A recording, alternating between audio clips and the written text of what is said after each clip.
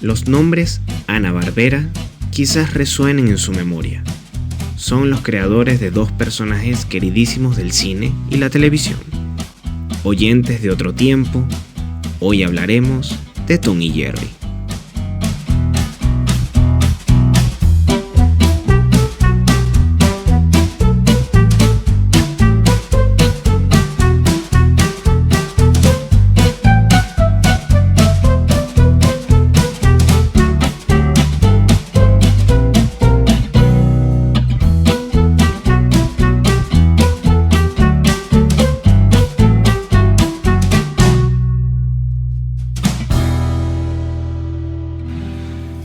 Y bueno, iniciamos el capítulo número 10 de nuestro podcast. Y en esta oportunidad vamos a hablar de Tom y Jerry, la clásica caricatura que vimos pues cuando estábamos niños, y hoy vamos a darnos el gusto de poder recrear un poco aquellas imágenes que se inmortalizaron en la memoria y que al mismo tiempo estamos buscando como que la manera de darle la vuelta, pues de analizarlas, de investigar un poco sobre ellas y encontrar como ciertos trasfondos que de repente de niño no lo veíamos. Entonces, para ello, joven, usted nos va a dar la información, la luz de la información con respecto a esta serie clásica. Entonces, por favor. Bueno, Tom y Jerry es como una serie de cortometrajes, porque en aquel entonces, digamos que todo esto se manejaba de diferente manera, es decir, este tipo de cortometrajes los publicaban en las películas, en las funciones previas a la película. Cortos antes de la proyección de la gran función de la noche. Yeah. Proyectaban estos cortometrajes y digamos que el rey de los cortometrajes de los años 30 en adelante era Disney. Claro. Y otras empresas dedicadas al mundo del entretenimiento y de la producción de cine y de televisión, sí, decidieron también invertir en el mundo de la animación. Una de esas empresas fue la Metro-Goldwyn-Mayer, que en el 40, cuando hablamos de Tom y Jerry tenemos que irnos a 1940, que en realidad fueron dos cortometrajes importantes los que surgieron en ese momento, prácticamente realizados por el mismo equipo de animadores, pero por diferentes escritores y por diferentes productores. Pues, por ejemplo, estaba de Milky Way, que en español la Vía Láctea. Sí, en español la Vía Láctea, exacto. Ese es madre corto. Es hermoso. Maravilloso. Ese fue dirigido por Yo creo que si podemos dejar en la descripción el link para que vean ese corto. Podemos dejar el link de todos los cortos que mencionamos. Bueno, está bien, eso está sí, genial, claro. Porque ese corto particularmente a mí me mató de la risa. Es demasiado bueno. Y es este como corto, referente a lo que después vino a ser Tom y Jerry. Sí, es que como es el mismo equipo de animación de estos dos cortometrajes, es decir, de Milky Way y otro que se llama Puss Gets the Boat, que era la traducción, vendría a ser algo así como el gato se ganó el zapatazo. Exacto. Que era la traducción que le dieron en Latinoamérica, que también fue producido por Rudolph Eisner, pero en conjunto con Fred Quimby. Pero los escritores de este corto, particularmente el del gato se ganó el zapatazo, eran William Hanna y Joseph Barbera, que son nombres ya que todo el mundo conoce como una única unidad, ¿no? Que es Hanna-Barbera. Este equipo de escritores que... Y son realmente los creadores de Tom y Jerry. Claro, ellos lo escribieron. Pero en ambos cortos, en The Milky Way y en El gato se ganó el zapatazo, podemos observar similitudes. Como es el mismo equipo de animación, es decir, son los mismos caricaturistas, sí, podemos ver cómo los gatitos bebés que aparecen en el corto de Milky Way se parecen a el gato que viene a ser Tom. Tom en el primero. Sí, en aquel momento. El primer capítulo, que se llama el zapatazo. Sí, pero en ese momento no se llamaban así. De hecho, los presentaron como el gato Jasper y el ratón Jim. No jodas. Sí, ese es el nombre que le dieron originalmente. Sí, Actualmente bueno, lo conocemos como el primer episodio de Tom y Jerry. El primer episodio. Pero en ese entonces no. Podría ser considerado como el piloto. Es como un piloto. Como un piloto. Porque yo cuando vi ese episodio, bueno, yo lo vi hace mucho, pero cuando lo vi recientemente, me dio curiosidad el hecho de que Tom, el personaje, era como más malévolo, más maligno, no está determinada esa personalidad que él tiene después. Claro. Posteriormente, que él es un gato más tonto, pues, más torpe, pues. Sí, de hecho... Aquí es más malévolo, de hecho empieza él jugando con Jerry, pues. O sea, jugando como le da la gana. Después Jerry se le pone encima, ¿no? Claro. O lo supera, vamos a decirlo así. Pero sí, se nota que de repente esa característica de la personalidad de él no está desarrollada todavía. Eso, estaba evolucionando el personaje. Sí, es que, bueno, es eso. De hecho, cuando hacen este corto no pensaban hacer más de esta lucha entre un gato y un ratón. Pero fue exitoso, digamos que fue exitoso. Sí, le gustó. La Metro Goldwyn Mayer logró ese año, en 1940, 2 nominaciones al Oscar, ¿no? Por mejor corto animado. La tuvieron fácil, me atrevo a decirlo, porque realmente Disney no compitió en ese año. Disney venía con una racha de 10 años más o menos, creo, en donde ganaba todos los años. Toda mierda. Sí, porque incluso hasta hoy en día es como que medio. Por eso me gustó que ganara Spider-Man la de este año que pasó. Sí, porque Disney casi siempre gana. Rosca, o sea, claro. Es como que vamos a enterar nosotros mismos del premio. Sí. O Disney compite con el mismo Disney. Entonces, ¿sabes? Si no, Disney está compitiendo con Pixar y es la misma mierda. Es como que es redundante, pues, medio fastidiosito. Sí, pero sí, hay que entender que Disney es un imperio barrichísimo de la animación. O sea, eso no se cuestiona. No, y en aquel momento era revolucionario. Pues. Sí, entonces, era europeo y estaba Walt Disney. Todo lo que fueron los años 30, Disney se llevaba siempre el premio de animación. Sí, sin duda. De cortometraje de animación. Pero en este año, en el 40, ellos no participaron porque la Silly Symphony, que era la serie exitosa que tenía Disney, había dejado de producirse. Lo que se llamaba... ¿Cómo se llamaba en español? Perdón. No tiene un nombre en español, creo que se podía traducir como Sinfonías Tontas. Ah, ok. Pero no tiene un nombre en español. Okay. En algún momento vamos a hacer un especial de eso. Sí. Pero lo que sucedía en ese año con Disney es que ellos ya estaban produciendo películas de talla de largometrajes, pues ya estaban trabajando en Pinocho. De hecho, ese año salió Pinocho. Ah, ok. Compitió en el Oscar a mejor banda sonora. ¿Pinocho es la primera película de Disney hecha? No, fue Blancanieves, pero muchos años antes, como el 37 me parece, por ahí. Ajá. Claro, pero no fue Blancanieves y después no produjeron más hasta el 40, que fue Pinocho, y ese mismo año también salió Fantasía. La puta madre. Sí. Las tres son...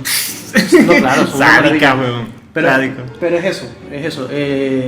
Digamos que Metro Goldwyn Mayer también la tenía más fácil porque no tiene a Disney de competidor ese año. Claro, te iba a preguntar, durante ese periodo Warner no competía. No, Warner creo que todavía no. O sea, no competía en premio. Ah, no hacía. Ya vamos allá, pero. Ya vamos a llegar allá. Pero ocurría como tú estás diciendo, Disney competía con Disney. Exacto. Y había estas pequeñas empresas, pues, que colocaban, hacían cortos de animación y eran tomados en cuenta, pero hasta ahí, hasta una simple nominación. Porque tengo entendido, o sea, de las grandes empresas animadoras, por supuesto Disney como la pionera, como la más importante, es la que tal. Es la que tal. Sí. Pero después vino Warner y le hizo una gran competencia a Disney durante muchos años. Sí, de hecho, o sea, esta racha la rompe Metro Goldwyn Mayer, pero después fue Warner el que se posicionó. Claro, eso es lo que iba a decir. Y la adelante. otra también que estaba era la Metro Goldwyn Mayer. Que de la Metro Goldwyn Mayer los que rescatamos es básicamente Tom y Jerry, es como la más importante. También está el Droopy o la Pantera Rosa, es como que... Sí. Esos son como los referentes animados que tenían esa empresa.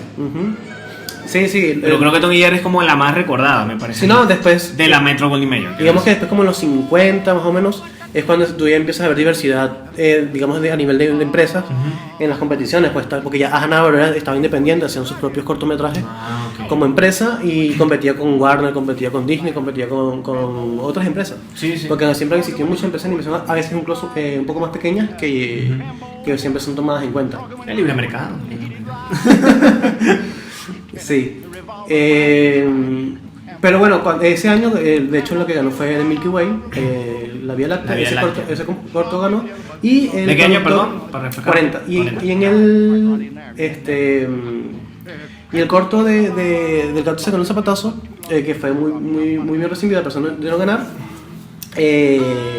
fue ya olvidado, pues ya la productora no quería hacer nada similar con El gato que persigue al ratón, porque querían diversidad también, digamos, en sus cortometrajes. No querían, como ya tenían cortos con gatos, no querían otro cortos con gato. ratones, no querían, creo que ese mismo año Hanna y Barbera también produjeron otro corto donde había un gato, un ratón que cantaba, era otra cosa, o sea, como no querían tener tanta repetición, pero Fred Kimby, que era el productor del corto, decidió como al año que lo retomaran. Le pareció que sería buena idea retomarlo y decidieron sacar un segundo cortometraje, esta vez sí nombrado con el nombre de Tom y Jerry.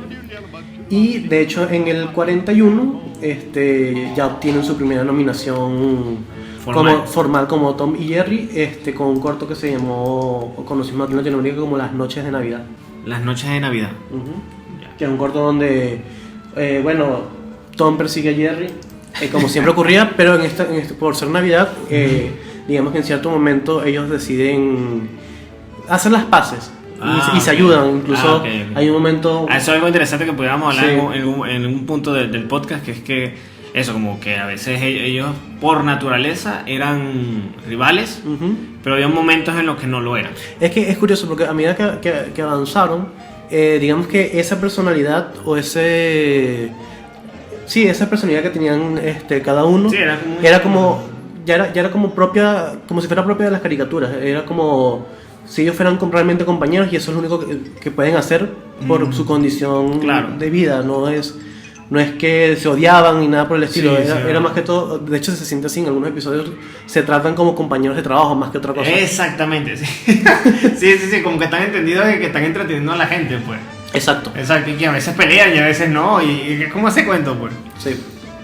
Algo que me gustaría como rescatar antes de hablar posteriormente de algunos capítulos que pudiéramos mencionar, Sí. es de este elemento que tenían los capítulos. Estamos hablando de otra época, estamos hablando de eso, de los años 40, de los años 50. La ética y la moral se desarrollaban o eran distintas a las que se conocen hoy en día. O sea, medir la ética y la moral de esa época con los ojos de hoy es como distinto, pues como que hay un contraste fuerte. Claro. Por ejemplo, hay como elementos de que los personajes fumaban. Era muy común ver a Tabaco, Tom y Jerry claro. fumar tabaco. Era también muy usar armas de fuego. Sí, la he usado. Era muy evidente, pues. Hay un episodio que se llama el episodio del mosquetero. Los dos mosqueteros. Creo que es uno de esos. O el gatito mosquetero, que también es otro. Sí, es que no recuerdo. Lo cierto es que es el huerfanito ratoncito, ¿verdad? Sí. Que hace como de sobrino de Jerry en algún punto. Sí, el ratoncito gris. El ratoncito gris, ese. Él agarra un arma de fuego y está a punto de detonarla y todo, y amenaza a Tom. O sea, es un bebé con un arma de fuego, algo que hoy en día no se vería. Por eso a veces cuando la gente dice, no, que los dibujos animados hoy en día, que Dios... No, ya va, pero que con los que crecieron nuestros padres tienen elementos muchísimo más fuertes, muchísimo más directos, si se quiere, porque eran unos códigos morales y éticos que eran muy distintos a los que se pueden vivir hoy en día. Sí, totalmente. Entonces ahí esto entra como una dualidad en que qué características tiene que tener un dibujo animado para ser de niño. Porque, bueno, hay caricaturas también son para adultos, por ejemplo, pero en este caso, ¿qué características hace un dibujo animado para que los niños los vean y los disfruten? O sea, son como... es como un círculo ahí que vale la pena analizar. Creo que las bases que tenían en ese momento eran muy distintas a las que se viven hoy en día. Sí, bueno, realmente eso ocurre, o por lo menos, cuando tú vas viendo todos los episodios de Tom y Jerry, los que hemos estado viendo de esta primera etapa, la etapa con Hanna Barbera, porque existieron muchas etapas de Tom y Jerry, después podemos mencionarlas, pero vamos a concentrarnos nada más en la etapa Hanna Barbera, la primera etapa, que es la clásica. Cuando tú vas viendo que van avanzando los cortos, porque aquí los recibimos como episodios, ¿no? Ya cuando se llevó a televisión, pero como cortometrajes, tú vas viendo cómo a medida que avanzaban la violencia iba creciendo. Sí. Y de hecho, por eso también en Los Simpsons parodiaron con Tommy Daly. Con Tommy Daly. Con Tommy Daly. Con esa violencia desmedida. Porque realmente era eso, como son caricaturas. Apuntaba a eso. Era que todo lo tenía que exagerar. Básicamente era eso. Sí, entonces empezaron a exagerar toda la violencia que podían recibir Tom y Jerry. Claro. O más que todo Tom, que era la víctima siempre de Sí. porque era un gato muy, muy tonto, ¿no? Pero con esa condición de que, digamos, al ser caricaturas no pueden morir, se permitían llegar a extremos de la violencia, ¿no? ¿Cuándo cambia esto? Cuando pasan del cine a la televisión. Cuando ya lo envían a la televisión, okay. A las pantallas chicas, en los hogares de las personas, es cuando empiezan a decir, pero deberíamos quitar esto, deberíamos quitar esto otro, deberíamos, por lo menos, no sé si te acuerdas del personaje de ¿Cuál? Mami, la señora. La señora. La señora. Que Sí, era como. Como la dueña de Tom, Sí. pero digamos que nosotros cuando la recibimos aquí en Latinoamérica, O sea, tal cual como la vemos. Es una mujer negra. Una mujer negra que era la ama de casa realmente. Era la ama de casa. Sí. Pero sí, ella se encargaba de Tom. Exacto. Pero en Estados Unidos ese personaje fue cambiado. De hecho, cuando tú ves los cortos en inglés, que se llevaron a televisión, porque están las dos versiones, Sí. la mujer es blanca. O sea, cambiaron el personaje. ¿Y cómo? Lo de la. Sí, modifican modifican el. No, modifican el. La piel del personaje. No, modifican la caricatura, porque la mujer incluso es más delgada. Es igual, se ven nada más los pies, Claro, las piernas, perdón. Eso es otra cosa, el elemento del racismo dentro de la serie era muy evidente. Claro, Era exacto. muy fuerte. Por eso fue que Yo decidieron cambiar. quiero corregir, era en el episodio de los mosqueteros, al final del episodio, el huerfanito sale rascado. Ah, ok. El bebé Ya. sale borracho, un bebé borracho. Y hay otro episodio en el que apunta a Tom con un arma. O sea, esos son Sí. los elementos que De quería hecho, traer a la mesa. Ya que hablas de lo de los mosqueteros, en el episodio de los dos mosqueteros, que se llama específicamente dos mosqueteros, Ajá. porque realmente que ese recurso de llevarlos a esa época, de la época de los mosqueteros, se usó bastante. Sí, eso Parece ser que a Hanna-Barbera le gustaba bastante. Ese cuento. Sí. Pero bueno, hay uno en ese, el de los dos mosqueteros, en donde al final decapitan a Tom. No se ve, pero obviamente bajan la guillotina y se sabe que Tom muere, ¿no? En ese corto. Hay un episodio que se llama El pequeño huérfano, que es cuando aparece por primera vez el ratoncito. Sí. Y hay una escena que es eliminada. Es una escena que es eliminada, que es cuando, creo que es el ratoncito o es Jerry, agarran una vela, están luchando contra Tom, y la lanzan, y la vela vuela por la mesa, por encima de la mesa, por encima de la mesa, y le cae en la cola a Tom. Y lo quema. Y cuando lo quema, está esta imagen. Te la estoy mostrando aquí a Trevi, lo van a ver evidentemente en Sí, el también video. en YouTube lo pueden ver en el video. Aquí está. Claro. O sea, claro. esa imagen es muy fuerte, marico. O sea, es como hay un tema de racismo ahí que no se puede obviar. Claro, pero también, sí. Porque es muy delicado ese tema, Pero sobre todo en los Estados Unidos en esa época. Y Tiene que ver con la época. claro, tiene que ver con la época, sin duda, sin duda. Sí. Pero eran unos valores como que bien. O sea, realmente todos los creadores de caricaturas en ese momento.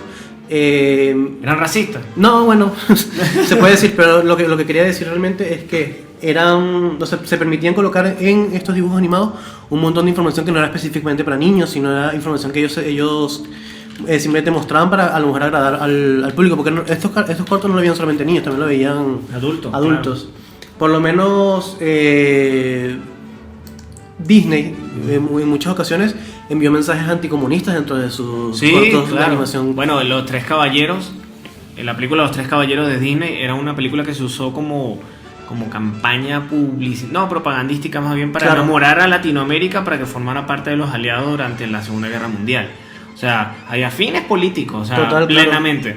O claramente lo que ocurrió en El Nacimiento de una Nación, de 1915. O sea, y era una película, era tan racista, pero tan racista que las personas negras que salen ahí, Sí. la gran película, Maquillados. De pues. negro, sí. Y es un culto plenamente, es un culto plenamente a lo que representaba el Ku Klux Klan, pues. Sí, o sea, sí. todo esto, o sea, lo que queremos decir es que el arte también ha funcionado como medio propagandístico. Un poco lo hablamos también en Chernobyl, ¿no? Sí. Y que bueno, Tom y Jerry no sale limpio de eso, pues. De alguna u otra manera hay algo de eso ahí Sí, totalmente. impregnado. Eso obviamente después cambió con el tiempo, en otras versiones le bajaron a la violencia. Sí, Incluso sí. hay una versión, no me acuerdo específicamente cuál es en estos momentos, pero una de tantas En donde La ya ellos... última, la de los 90, que son Tom y Jerry niñitos, es una mariquera. No, claro, es eso, a eso iba, que ya no Súper son, blanca, pues. ya no son uno contra el otro, sino realmente ahí son amigos. Sí. Entonces ya es cambiarle darle un giro para que nuevas personas, nuevos niños crezcan con otra imagen pero esa mierda no de funciona. los personajes, Esa pero mierda... no funciona porque realmente lo que da risa, y eso es lo que quiero decir, que sí, era una violencia desmedida, habían cosas que estaban a lo mejor un poquito subidas de tonos, pero daba risa, y eso era lo importante, ese era el objetivo realmente con el... Claro, era comedia. Era comedia. Era comedia. Una comedia que viene, que la obtenimos de, no sé, los chiflados, Sí, claro. el gordo y el flaco. Todo eso. Y a mí, bueno, ahora que mencionamos Tom y Jerry que estaban chiquiticos, esa que es como una de las últimas etapas cuando estaban jóvenes, porque creo que hay otra más, un poco más ahorita, más contemporánea. Pero recuerdo que también en los 90, eso es una mariquera de los 90 que se hizo. En los 90 también se hizo unos Scooby-Doo que eran niños. Claro. Esa mierda tampoco... Eso todo no lo hizo funciona, eso no funciona. Cartoon Network. Sí, eso iba por Cartoon Network y no, creo que no funcionaba, pues. Sí. No tenía el mismo encanto. Algo que me gustaría mencionar, ya que estamos hablando de todas estas referencias, es cuando llega... A ver, esta particularidad que tenía la serie de ser no hablada, ¿verdad? Sí.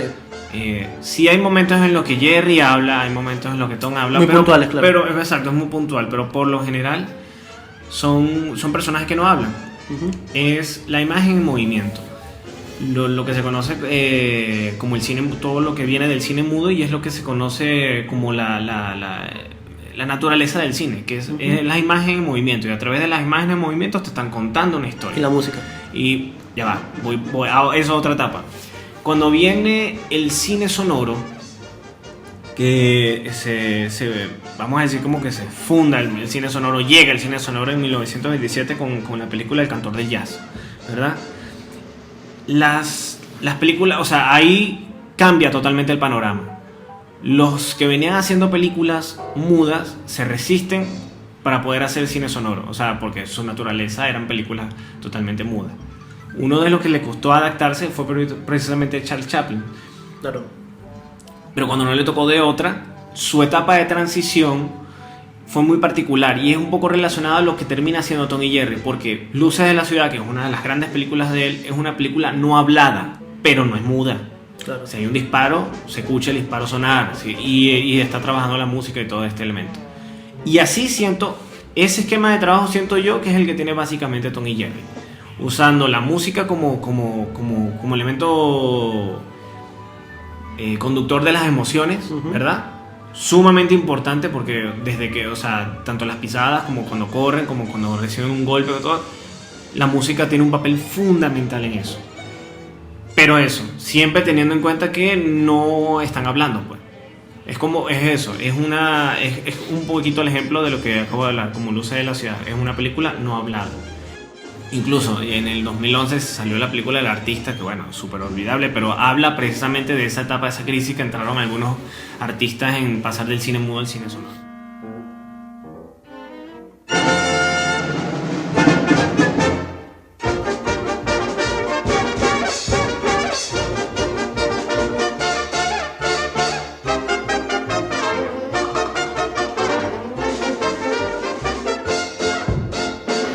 Etapa de las animaciones.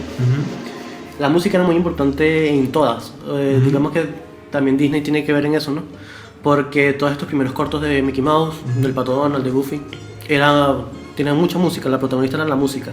Y los eventos que ocurrían a través de los movimientos que hacían los personajes. Pero eso incluso llegó lejos. Yo creo que cuando esos primeros cortos de los Looney Tunes, incluso de lo que nosotros conocimos como las fantasías animadas de ayer y hoy. Sí, sí. Ahí la música es muy importante, mucho más que los diálogos. Sí, de hecho, yo recuerdo, es que yo iba a mencionar algo que yo recuerdo, una de las aventuras animadas de ayer y hoy. Ajá. Era que hacían parodias de la cultura pop de ese momento, o sea, de Frank Sinatra, sí, de cosas así, o sea, era fundamental, pues. Sí, totalmente fundamental. Era demasiado importante. Bueno, de hecho, ahora que hablamos de la música, quiero hablar un poco como cuál era el equipo que realizaba todos los episodios, ¿no? Todos los cortos de esa época Hanna-Barbera de Tom y Jerry con la Metro-Goldwyn-Mayer. Todos eran producidos por Fred Kimby, que era el productor Estrella. Estrella, sí, el productor de Estrella. Todos los episodios eran escritos Por Hanna Barbera. y dirigidos por William Hanna y Joseph Barbera. Incluso ellos también hacían a veces las voces de... Creo que William Hanna hacía las de Jerry y Joseph... No, perdón, William Hanna hacía las de Tom y Joseph Barbera hacía las de Jerry. Ah, qué venga. Es Sí. un poco como también los de Cartman, los creadores de South Park, también ellos Hacen las voces. hacen Stan y ¿cómo se llama? Stan y el otro, el judío. ¿Cómo? El judío. Kyle. Ajá, Kyle. ellos hacen esas voces, las originales en inglés. Sí, la música, toda la música de los cortos de Tom y Jerry era hecha por Scott Bradley. Ya. Sí. Extraordinaria, hay que decirlo. La música que escuchamos en Tom y Jerry y esa mezcla entre música animada. Sí, aquí tengo entendido que son 113 cortos en los que participó Scott. Sí, exacto, los 113 primeros cortos. Sí, la primera etapa. La primera etapa de Gloria. La etapa Hanna Barbera, sí. Ok. La primera etapa Hanna Barbera, porque Hanna Barbera los retoma En algún punto. creo que en los 60, me parece. Y yo creo que también eso ocurre, esta cuestión de cambiar de dueños, de tal, también afecta a lo que posteriormente es la animación de los personajes. De los personajes, claro. los personajes. Ahí uno nota cuando cambian, pues. En esta primera etapa... Tienen facciones distintas, tienen como Sí, cosas es que distintas. poco a poco lo fueron también estilizando en esta misma etapa, la etapa Hanna Barbera, Ujú.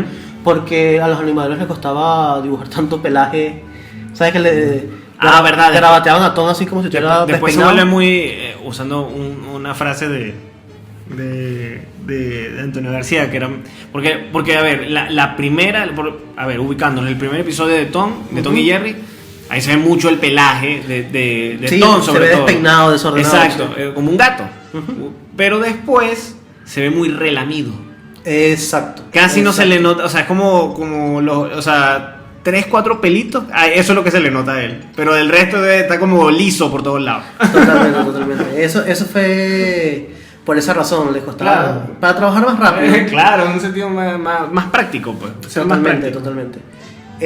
Digamos que Jerry fue el que menos cambió con el tiempo. Jerry sí es... Bueno, la primera etapa era un gordito, pues. Era un ratoncito después gordito. Lo fueron adelgazando. Adelgazando. Como todo. Que lo adelgazan, ¿no? Sí, pero pocas modificaciones ha tenido Jerry a lo largo de la historia. Sí, quizás Tom es el que más ha cambiado. Sí, de hecho, si te fijas en esos primeros episodios, él camina a 4 patas y después lo pusieron a caminar en 2. Ese tipo de detalles Sí. ocurren con el tiempo. Pero este equipo de animadores, quisiera mencionar, a veces cambiaba, ¿no? Metían a otra persona, salía otro, pero en general todos los episodios eran animados por ciertas personas que repiten, ¿no? Y estos eran Pete Burns, que bueno, es muy recordado por esta etapa de Tom y Jerry y que más adelante trabajaría en Looney Tunes, ¿no? Ya. Estaba Zack Snyder, ambos, de Pete Burns y Zack Snyder, venían de Van Beuser. Van Beuser Studios era una productora también de dibujos animados que casualmente tenía otra serie en los 30 que se llamaba Tom y Jerry. Pero estos eran unos personajes distintos y que en los 40, cuando se lo lanzaron, tuvieron obviamente que cambiarle los nombres porque... ¿Y eran cómo eran los personajes? Eran como, yo voy a buscar la imagen para colocarla aquí a lo que están viendo en YouTube. Ajá. Pero eran como dos personitas, no voy a decir dibujo de palito, pero sí Ok, va por ahí. va por ahí, digamos, cara redonda, alargados. Otro era bajito, uno era bajito, el otro era alto. Y eran pero no eran animales, pues. No, eran personas. Ok. Y en los 50 fue que los relanzaron y decidieron cambiar el nombre por Dick y Larry porque obviamente el éxito de Tom y Jerry no les permitía... Sí, usar esos nombres. Sí, no había manera de promocionarlo de buena manera. Otro miembro del equipo de animación era Ray Abrams, que después sería muy muy conocido por su trabajo con los Pitufos y con Scooby-Doo. Uy, una hueva. Sí. ¿El creador de los Pitufos es Scooby-Doo? No, parte del equipo de animación. Sí, los animadores. Cierto. Sí, después está acá Irving Spence, que este te va a gustar porque él fue el que formó parte del equipo de animación de la película animada del Señor de los Anillos. Ah, de Ralph Bakshi, creo que se llama. Sí, esa misma. Uy, esa es madre película. Y también fue muy conocido más adelante por su trabajo con Johnny Quest. Pero eso, con la de Ralph Bakshi, Porque Sí, hay esa. otras películas de Señor de los Anillos animadas viejas. Bueno, tendremos que revisar cuál es, pero yo creo que es esa. Ok. Estaba Ken News y Ray. Estos son como los más importantes que entraron al equipo: Ken News y Ray Patterson. Porque, sí, Ken News y Ray Patterson, porque ellos venían de Disney. Ah, ok. De hecho, ellos trabajaron en Fantasía. Creo que Patterson trabajó en Pinocho no, perdón, News trabajó en Pinocho y Patterson trabajó en Dumbo. Así que ellos ya venían Sí, no, con ya otro tiene- estilo, ya sí. venían con otro estilo. Todos estos animadores que estoy mencionando casi todos nacen con MGM. Pero estos venían de Disney particularmente. Ok. Estos dos. Claro, los trabajos más conocidos de ellos más adelante serían los Picapiedras, los Super Amigos, los Supersónicos, obviamente. Verga, pero... No, son gente, Sí, gente muy arrecha. que trabajó en cosas con las que crecimos, cosas increíbles. Exactamente, Sí. sí. Los primeros escenarios. Así que, ¿sabes? bueno, realmente todas estas series no forman parte de nuestra generación. No, Nosotros por vimos las supuesto. reposiciones después porque Cartoon Network era un nostálgico de mierda y nos clavaban con Tom y Jerry, nos clavaban con los Super Amigos Con los Picapiedras, los todo Picapiedras. eso. Pero eso, los Picapiedras, los Supersónicos los veía mi mamá. Pero es eso, o sea, de niña. Es como esto, pues Tom y Jerry nacen en los 40 y nosotros en los 90 lo seguimos viendo. Sí, Actualmente porque hay otras versiones. Exactamente. Pero son cosas como que perduran en el tiempo, son como clásicos. Sí, Entonces claro. por eso también merecen Eso esa también, reposición. nosotros mismos fue la reposición que se hizo en los 90 con otro doblaje. Era otro doblaje. Era sí. otro doblaje que se hizo No en era el Los original, Ángeles, claro. No era el original que se hizo en México en los años 40, en los años 50. Creo que Nosotros vimos el que... creo que el original lo dirigía Colmenero. Verga, no, Sí, el original creo que lo dirigía Francisco Colmenero. El de Los Ángeles que nosotros Claro. escuchamos, no. O sea, ya a era- mí me gustaría era como otro. que mencionar rapidito la voz de Alejandro Abdala, Ujú. que es la voz de Spike, el perro. En el redoblaje. ¿no? Vamos a dar aquí un audio de él para que sepan quién es. Ya lo van a reconocer. Cuando me necesites, solo silba. Él es la voz de Spike, él es la segunda voz de Spike con el redoblaje con el que nosotros crecimos. Sí, sí. Y es una voz súper característica para nuestra generación. Sabes que en estos equipos siempre están las personas que se encargan de hacer los muñecos, los dibujos y moverlos. Ajá. Y están los que hacen los escenarios, que son animadores aparte, es un departamento aparte. Y los primeros escenarios eran hechos por Harvey Eisenberg, que él trabajó después en el Oso Yogi. Y Robert Gendel fue el que los hizo después. Creo que ya Robert Gendel hizo la mayoría de los episodios. Ok. Y él después sí también trabajaría que sin el fantasma del espacio, los super amigos. Porque En Johnny eso Quest. también es importante, porque si tú ves las animaciones de Tony y Jerry, en muchas sí se siente que la mano, voy a decirlo así, que Ujú. la mano que crea los dibujos animados no es la misma que tiene el escenario. No es la misma, De hecho, exacto. el escenario es mucho más realista. Ajá. Es mucho En más esa etapa realista. tendía a ser más realista. Sí, o ¿verdad? sea, lo que son las cosas, lo que son las casas, los utensilios que ellos usaban, eran muy realistas. Ujú. Ya cuando aparecen otros personajes, ya sí se notaba que era un dibujo animado, pero eso, siento que sí se notaba eso, la diferencia de las animaciones de los escenarios y de los personajes. de los personajes animados, es verdad, tienes la razón. Pero en sí, este era el equipo que formaba cada nuevo corto, que fue un fenómeno ya a partir del 43, creo, me parece, déjame revisar. Sí, en el 43 obtiene su siguiente nominación y su primer premio, porque ya ahí sí se llevan el Oscar, por The Yankee Doodle Mouse, que nosotros conocimos como Una Gran Batalla. La gran batalla, ¿cuál es ese? Ese es cuando, o sea, es lo mismo, es Jerry persiguiendo a Tom, perdón, Tom persiguiendo a Jerry, Ajá. y de repente aparecen, creo que unos tanques, creo que Ok. ya se meten con un tema un poquito ya militar, Bélico. bélico, y es porque sí había Una intención. una intención de propaganda política en ese momento, ¿sabes? guerra. Estaba La Segunda Guerra Mundial. por esos años Ajá. había muchas animaciones que tenían ese contenido. Por Sí, ejemplo, sí. el año anterior a ese, el del 42, se lo había llevado el Pato Donald, un cortometraje del Pato Ah, Donald, verdad. que hacía propaganda anticomunista. Anticomunista. ¿Anticomunista era? ¿O antinazi? Bueno, sí, antinazi. Yo creo que era antinazista. antinazi. Porque el Pato Donald que él despierta Ajá. como un soldado nazi Como un soldado nazi. y se encuentra con ciertos personajes de ese momento. Sí. Vamos a dejar una imagen porque de verdad es difícil recordar o relacionar el Pato Donald con el nazismo. O sea, Sí. en un contexto así de propaganda política. Pues. Él se despierta, ¿Cómo esos él es un soldado nazi y no quiere. De hecho hay mucha crítica porque él, digamos que cuando va a desayunar tiene que usar un spray que dice sabor a huevos y tocino porque él la comieron un solo pan y ya. Okay. Entonces Habría que después aclarar. se despierta al final del corto y se despierta en América, despierta en Estados Unidos. Claro, Entonces feliz. era de feliz porque había tenido esa Claro, pesadilla horrible obviamente.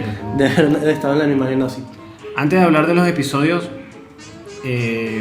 premiados que vamos a mencionar, Sí. me gustaría hablar de parte del elemento que tenía esa dinámica de la serie de Tom y Jerry. Era muy natural este esquema de el depredador y la presa, ¿verdad? Ujú. Y cómo el depredador y la presa, y cómo la presa se superaba al depredador a través de la inteligencia. O sea, eso es como una característica que tenía series que son un poco contemporáneas, creo yo. Silvestre y Piolín tenía ese esquema, o El Correcamino y El Coyote, era como básicamente lo mismo. Vienen de lo mismo, sí. Sí, era de lo mismo. Y va relacionado, me parece a mí, a un cuento con el que crecimos nosotros, básicamente, bueno, en Venezuela, pues. Un cuento que tiene su origen dentro de lo que es la tradición oral, como Jaimito, como cosas así, pero que después llegó un gran escritor venezolano llamado Antonio Arraiz y hizo una compilación de cuentos llamado Tío Tigre y Tío Conejo. Sí. Yo encontré un ensayo que lo escribió Víctor Gruber y relaciona lo que es la viveza criolla con la fábula de Tío Tigre y Tío Conejo. Porque esto se remonta incluso a lo que era la época colonial. O sea, los cuentos de Tío Tigre y Tío Conejo eran como una analogía a lo que ocurría en ese momento. Para poder superar esa etapa de la conquista, había que, como uno no tenía la fuerza, como los latinoamericanos no tenían la fuerza, tenían que ingeniársela y con la inteligencia o la viveza criolla vencer al opresor, en este caso. Y es básicamente, siento yo, lo que ocurre en la dinámica De estas caricaturas. Sí, y sobre todo de Tom y Jerry, porque en muchas ocasiones, la mayoría de las ocasiones, Jerry supera a Tom. De hecho, en ocasiones nos parece que nos da como lástima Tom. O sea, nos da un poco de... Sí, sentimos como lástima por él porque ya Jerry le lleva como... Mientras él va, ha venido como 1000 veces, pues ya lo tiene como decimos nosotros, como machorreado, pues Sí, ya total. lo tiene controlado. Pero es con eso, es a través de la inteligencia. Y ese elemento creo que me parece muy importante y que se repite en tantas series que se ocurrieron en esa época, como Silvestre y Piolín, por ejemplo. Y también se reproduce en lo que es la gran fábula de Venezuela, que es Tío Tigre y Tío Conejo. Sí, fabuloso. Bueno, Tom y Jerry fue un fenómeno en los años 40, como ya veníamos diciendo, y rompió esa racha que traía Disney con las premiaciones, llevándose todos los años el premio al mejor corto animado. Y a partir del 43... Puso a temblar a Disney. Sí, del 43 al 46 todos se los llevó Tom y Jerry. Son cortometrajes de Tom y Jerry los que se llevan el premio. Ya mencionamos que el 43 se lo llevó The Yankee Doodle Man. Perdón, se llama The Yankee Doodle Mouse. Ah, ok. Sí. Sí, normalmente los episodios tienen ese juego de palabras con ratón, con gato. Ajá. Sí, porque el 44 se lo lleva Mouse Trouble, que sería ratón problema en español. La misma ficha técnica, por supuesto. Después en el 45 se lo lleva Quiet Please, que sería en español se conoce como Silencio, por favor. Que es un episodio en donde creo que no tienen que despertar a Spike. A Spike. Le pide, por favor, haga tranquilo. silencio. Sí. Que no hemos mencionado, Spike es un personaje interesantísimo. Muy bueno. Es un personaje muy importante. Sí. A partir creo que él aparece por primera vez en el episodio 5 y de ahí en adelante es un episodio recurrente que creo que incluso en la serie actual de Tom y Jerry, la que está produciendo Cartoon Network, me parece, seguramente, ellos le dieron mucho más protagonismo a Spike Sí, de lo que tenía antes. Spike se volvió como por supuesto, es un dúo, es Tom y Jerry, pero Spike se volvió como un integrante, tercero, pues. Sí, es un integrante. Un tercer, sí. Un integrante más.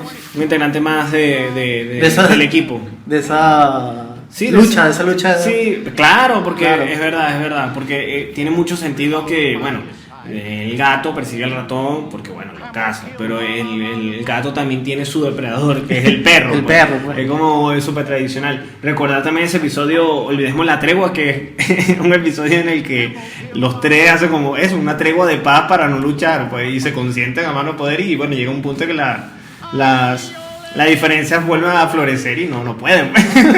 Es imposible mantenerlo a los tres sin pelear, porque están cada uno defendiendo sus intereses. Pues. Sí, Es comiquísimo. totalmente. En el 46 se lo lleva un episodio magnífico que se llama, en inglés se llama The Cat Concerto, y que nosotros Concierto conocemos Gatuno. como Concierto Gatuno. Concierto El Gatuno. episodio es fabuloso. Arrechísimo. Es una maravilla de episodio. Ese, claro que Jerry está viviendo en el piano de cola donde Tom está tocando. Sí. A mí me recuerda también lo que después se ve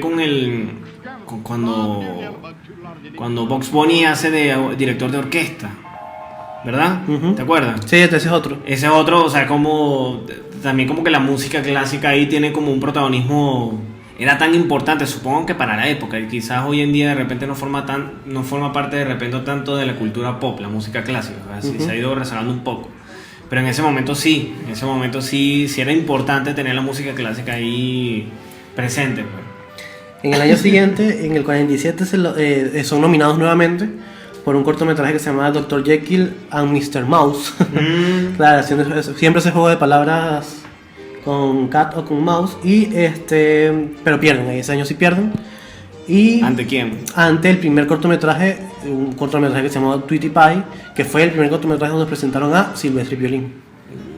Que ojo, curioso, ¿no? Que una animación de la competencia, en este caso Warner, que viene a repetirles la fórmula, les termine Vamos a ganando. cambiar el ratoncito por un pajarito y ya. Y listo. Pero les termine ganando, por lo menos ese año. Sí, es irónico, pero y es bastante curioso porque Piolín era una mierda, marico. Sí. Era mucho Sí, sí. más mierda que Jerry. Total. Total. Pero una plasta de mierda. Sí, sin duda. Para mí realmente es el villano de ellos dos. Ese Bueno, Silvestre más pendejo. Silvestre se parece a Tom en ese sentido, es un gato muy tonto. Sí, un entonces- gato muy tonto, pero no, es maldad disfrazada de ternura, el maldito Piolín. En el 48 se lo lleva El Pequeño Huérfano, otra vez Tom y Jerry. Lindísima, Sí. lindísima, porque el personaje del ratoncito es encantador. También apareció varias veces. El ratoncito. Ah, sí, el ratoncito gris que hace como el sobrino de Jerry, supongo, Sí, sí, vamos a sí. decirlo así. Es el sobrino, creo. Ujú. No es el sobrino, él realmente lo dejan, como se muestra en Es este un episodio, lo ratón dejan huérfano. abandonado, Sí, un ratón huérfano. lo dejan abandonado en la puerta de su casa y Jerry lo acoge, pues, lo Ujú. recibe como un hijo, como un sobrino, algo así. Sí, sí. Y tienen esas aventuras contra Tom y eso, se volvió otro personaje importante dentro de la serie, pues. Los años siguientes vuelven a ser nominados, Tom y Jerry obviamente, pero ahí no ganan, o sea, en el 49, en el 49 y en el 50 no ganan ellos, pero en el 40, bueno, ¿quiénes ganan? En el 49 gana un episodio, en el primer episodio nos muestran por primera vez al zorrillo, ¿cómo que se llama? Pepe Le Pew. Pepe Le Pew.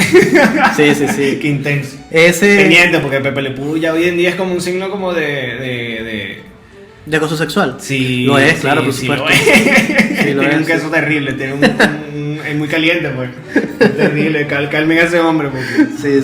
Sí. Y en el 50 se lo lleva un corto de Stephen Bosutow que se llama Gerald McBoing.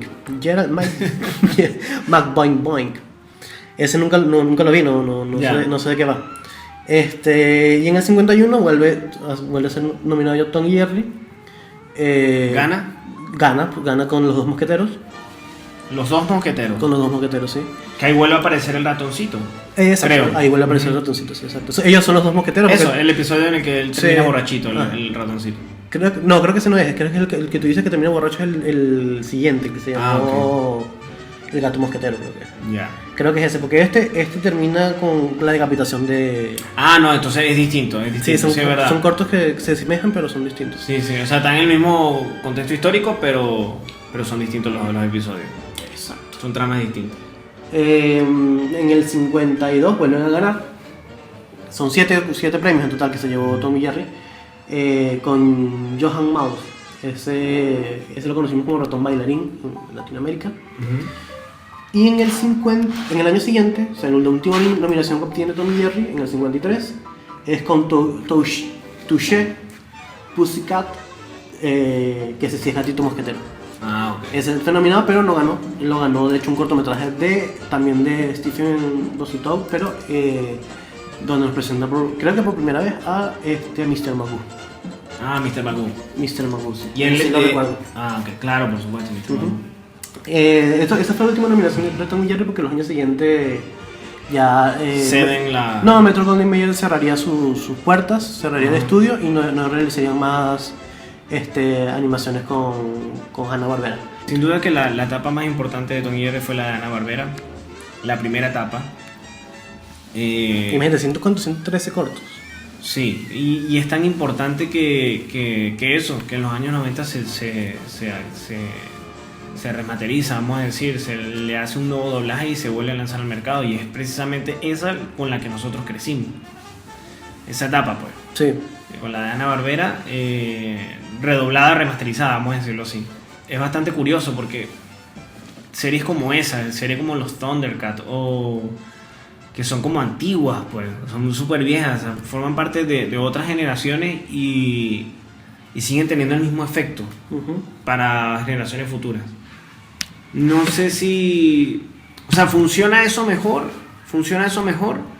que modernizarlas a una época como hoy, pues. O sea, lo que se está haciendo con Tom y Jerry, pues. No sé, creo que cuando el producto es realmente... Cuando la calidad del producto es realmente alta y los personajes son realmente entrañables, no importa la época que estén, siempre van a seducir a las generaciones posteriores, sin importar, no sé, cuántos Transformers haya hoy en día o cuántas películas de Marvel haya, o sea, igualito sí, puede seducir a... O sea, funcionó con nosotros. O sea, funcionó con nosotros. Yo vi a Tom y Jerry cuando lo pasaban por Cartoon Network. Y la pasaban tarde. Sí.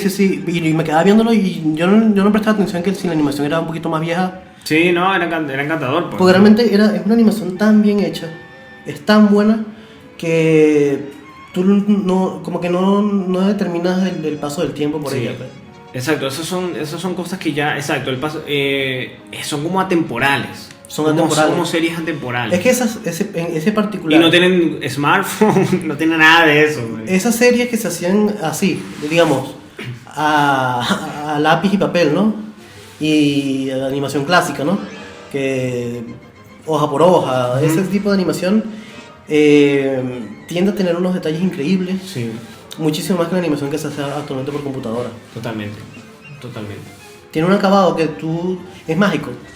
Es mágico, es único. Es como ver las animaciones clásicas de Bugs Bunny, de la Warner, o las animaciones clásicas de Walt Disney, pues de Disney. Sí. O sea, esas de las habichuelas mágicas, o mierda, no sé, tantos cortos que tenían los cortos antiguos de Mickey. Sí, todos los cortos de Mickey a partir del 40. Es maravilloso. Es la etapa color de Mickey Mouse, son increíbles. Es increíble, el Sastrecillo Valiente, todo, o sea, no envejecen, pues, o envejecen bien. Quizás sí se siente que cuando son un poquito más viejas, cuando ya no tienen esta técnica del Technicolor, que es cuando las animaciones salían en blanco y negro. Claro, ahí sí se puede... Por un tema sí. digamos, de época y de color, sí se siente porque las caricaturas son muy distintas, ¿no? Sí, había mucha más música. Sí, el color que le cambió el espectro al cine y a la televisión totalmente. Totalmente. Claro. Es otro peo, pues, porque eso, o sea, la intención, o sea, usar una paleta de colores distinto a, dependiendo del personaje, dependiendo del contexto que esté, dependiendo de la intención que le quieras meter a si es muy humor o de repente si es más oscuro. O sea, las posibilidades se amplían, pues, a a niveles nunca pensados, pues el color trae eso, pues. Y bueno, yo creo que ya desgastamos al gato y al ratón hasta este punto, ¿no? Ya llegamos al final. Espero que lo hayan disfrutado, tanto como nosotros, y recuerden pues suscribirse, sobre todo suscribirse y comentar. Entonces no sé, joven, si quiere comentar algo más, agregar algo más. No, ya. Podemos decir que si les gustan estos temas de caricaturas clásicas, podemos seguir haciendo más, pero quisiéramos saber cuál es la receptividad con respecto a eso. Sí, es verdad, eso sería bueno. Comenten a ver de qué les gustaría que habláramos, o sea, de qué series clásicas les gustaría que habláramos. Para ver si está en bien sea de Disney, de la etapa de Warner con los Looney Tunes. Otra de MGM, hay muchas, o sea, de verdad hay muchas, y muchas de esas con las que crecimos. Creo que la otra de la MGM es la Pantera Rosa. Sí. También la vimos y también nos gustó, pues. También de hecho, la Pantera Rosa la modernizaron, y una cagada. Tiene varias etapas también, porque creo que hay una etapa que también efectivamente la hizo Boomerang, es como... Sí, pero no son tan... No, la clásica es la que tal. Exacto. Y de hecho hay una etapa en la que la pusieron a hablar. Sí, a la Pantera. Ahí ya no... No funciona. No funciona. No funciona. Bueno, ya llegamos al final. Recuerden suscribirse y comentar. Déjenos sus comentarios para saber de qué les gustaría que habláramos en próximos episodios. Sin más nada que decir, Chau. chao.